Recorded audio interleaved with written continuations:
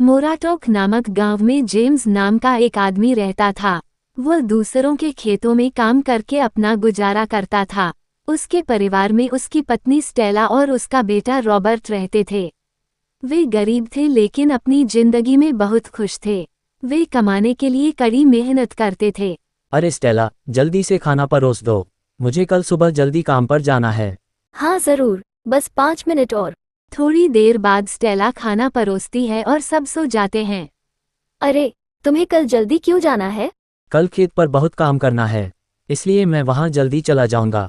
ठीक है, अब बातें करना बंद करो और सो जाओ। अगले दिन जेम्स सूर्योदय से पहले खेत पर पहुंच गया और काम करना शुरू कर दिया। काम करते करते शाम हो गई और अंधेरा हो गया। जेम्स खेत से निकलने ही वाला था कि अचानक उसका पैर एक सांप पर पड़ गया और सांप ने उसे काट लिया। जेम्स जोर जोर से चिल्लाने लगा। चूंकि शाम हो चुकी थी, इसलिए सभी लोग अपने खेतों से वापस आने के बाद घर के अंदर थे और इसलिए कोई भी जेम्स को चिल्लाते हुए नहीं सुन सका। कुछ देर बाद जेम्स बेहोश हो गया। अगले दिन कुछ लोग खेत पर आए और उन्होंने देखा कि जेम्स खेत में बेहोश पड़ा है।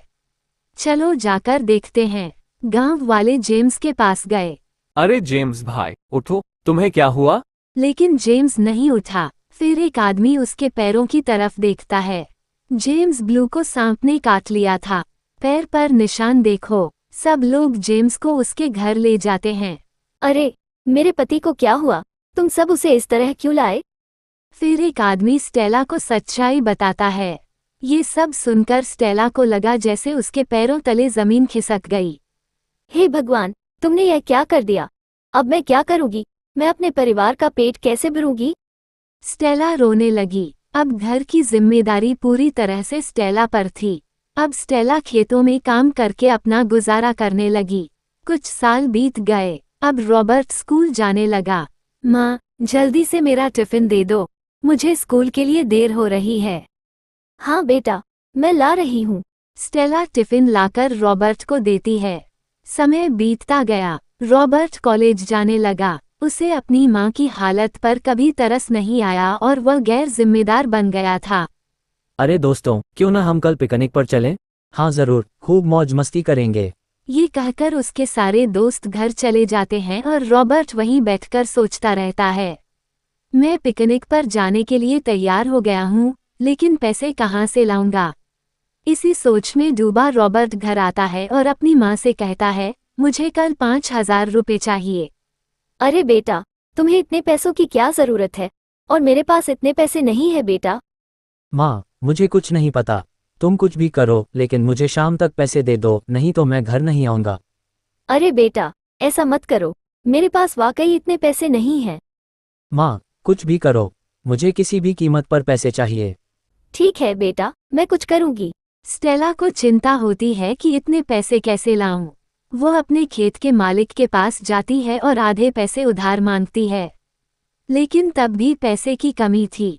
अब स्टेला अपने पड़ोसी के पास जाती है और कुछ उधार मांगती है और किसी तरह वह 5,000 रुपये जुटा लेती है। माँ, पैसे दे दो, जल्दी करो। हाँ मेरे प्यारे बेटे, मैं अभी तुम्हें दे दूंगी। स्टेला पैसे रॉबर्ट को देती है। दोनों खाना खाने के बाद सो जाते हैं। दूसरे दिन रॉबर्ट अपने दोस्तों के साथ पिकनिक पर निकल जाता है। सावधान रहना और अपने पैसे सुरक्षित रखना। हाँ माँ, मैं अब छोटा बच्चा नहीं हूँ।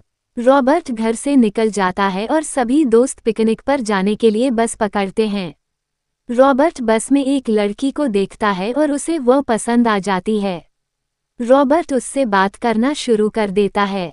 नमस्ते, मैं रॉबर्ट हूँ, तुम्हारा नाम क्या है? उससे बात करने के बाद वह उससे प्यार करने लगता है, लेकिन ग्रेस बहुत गुस्सैल लड़की थी। माँ, देखो मेरे साथ कौन है। वह कौन है बेटा?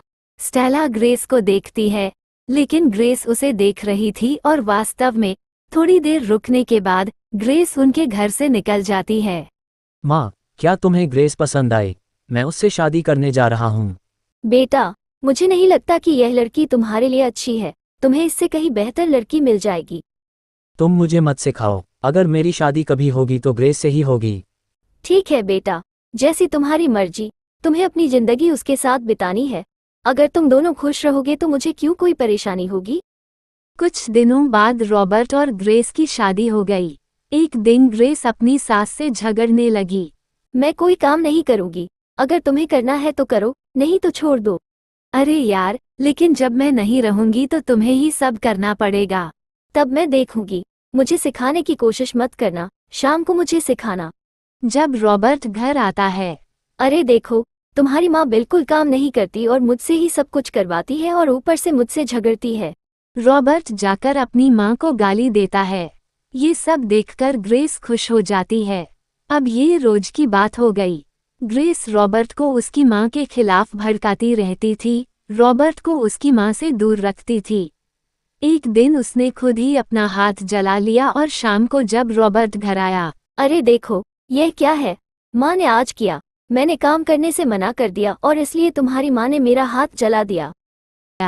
उसने अपनी माँ को घर से निकाल दिया। बेटा, मैंने ऐसा क्या किया है कि तुम मुझे घर से निकाल रहे हो?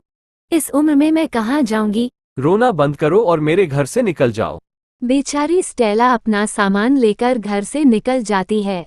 वह पास के एक मंदिर में रहने लगती है। समय बीतता जाता है। एक दिन अचानक रॉबर्ट के दिल में दर्द होने लगता है। हे ग्रेस, मेरे दिल में दर्द हो रहा है, कृपया मुझे अस्पताल ले चलो। ग्रेस रॉबर्ट को अस्पताल ले जाती है।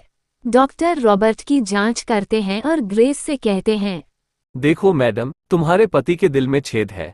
हमें कल तक कोई ऐसा व्यक्ति ढूंढना होगा, कौन उन्हें अपना दिल देने के लिए तैयार होगा। नहीं तो हम तुम्हारे पति को नहीं बचा पाएंगे। डॉक्टर की यह बात सुनकर ग्रेस घबरा जाती है। उसे समझ नहीं आता कि क्या करे। रॉबर्ट की पड़ोसी को ये पता चलता है और वह ये बात रॉबर्ट की माँ को बताती है। जैसे ही रॉबर्ट की माँ को ये पता चलता है, वह तुरंत अस्पताल आती है और डॉक्टर से बात करती है। डॉक्टर, कृपया मेरे बच्चे को बचा लीजिए। आप मेरा दिल ले सकते हैं, लेकिन कृपया मेरे बेटे की जान बचा लीजिए। स्टेला अपना दिल अपने बेटे को दे देती है और इस महिला को अलविदा कह देती है। रॉबर्ट का ऑपरेशन सफल रहा। दूसरे दिन जब रॉबर्ट को होश आया तो उसने ग्रेस से पूछा। ग्रेस कुछ कह पाती, इससे पहले ही डॉक्टर वहां आ गए। हे ग्रेस, मुझे क्या हुआ? रॉबर्ट, आपका ऑपरेशन काफी सफल रहा है, आपको बिल्कुल भी चिंता करने की जरूरत नहीं है। लेकिन डॉक्टर, मुझे क्या हुआ था? आपके दिल में छेद था। आपकी माँ ने आपको बचाने के लिए अपनी जान दे दी। ये सुनकर रॉबर्ट और ग्रेस की आंखों में आंसू आ गए। रॉबर्ट रोने लगा। क्या मेरी माँ ने मुझे अपना दिल दे दिया? हाँ रॉबर्ट, आपकी माँ ने अपना दिल आपको दे दिया और अब वो इस दुनिया में नहीं रही। डॉक्टर की बात सुनकर रॉबर्ट अवाक रह गया। ग्रेस को भी अपने किए पर शर्मिंदगी महसूस हुई। तभी रॉबर्ट ने अपने दिल पर हाथ रखा और उसने एक आवाज सुनी। मेरे बेटे, मैंने तुम्हारे लिए सब कुछ किया, लेकिन तुमने कभी मेरी परवाह नहीं की। लेकिन बेटा, मैंने तुमसे कहा था, मैं तुम्हें कभी किसी चीज की कमी नहीं होने दूंगी। बस, मैंने अपना वादा निभाया। तुम खुश रहो, मेरे बेटे। ये सुनकर रॉबर्ट रोने लगा, लेकिन बेचैन होने का कोई फायदा नहीं था। रॉबर्ट की जान बच गई, लेकिन उसकी माँ अब उसके साथ नहीं थी। एक माँ अपने बच्चों के लिए कुछ भी कर सकती है। इस दुनिया में माँ से बड़ा कोई नहीं है। जो लोग भाग्यशाली हैं, उन्हें माँ और पिता दोनों का प्यार मिलता है। वे दुनिया के सबसे अमीर और भाग्यशाली लोग हैं। हमेशा अपने माता और पिता का सम्मान करें।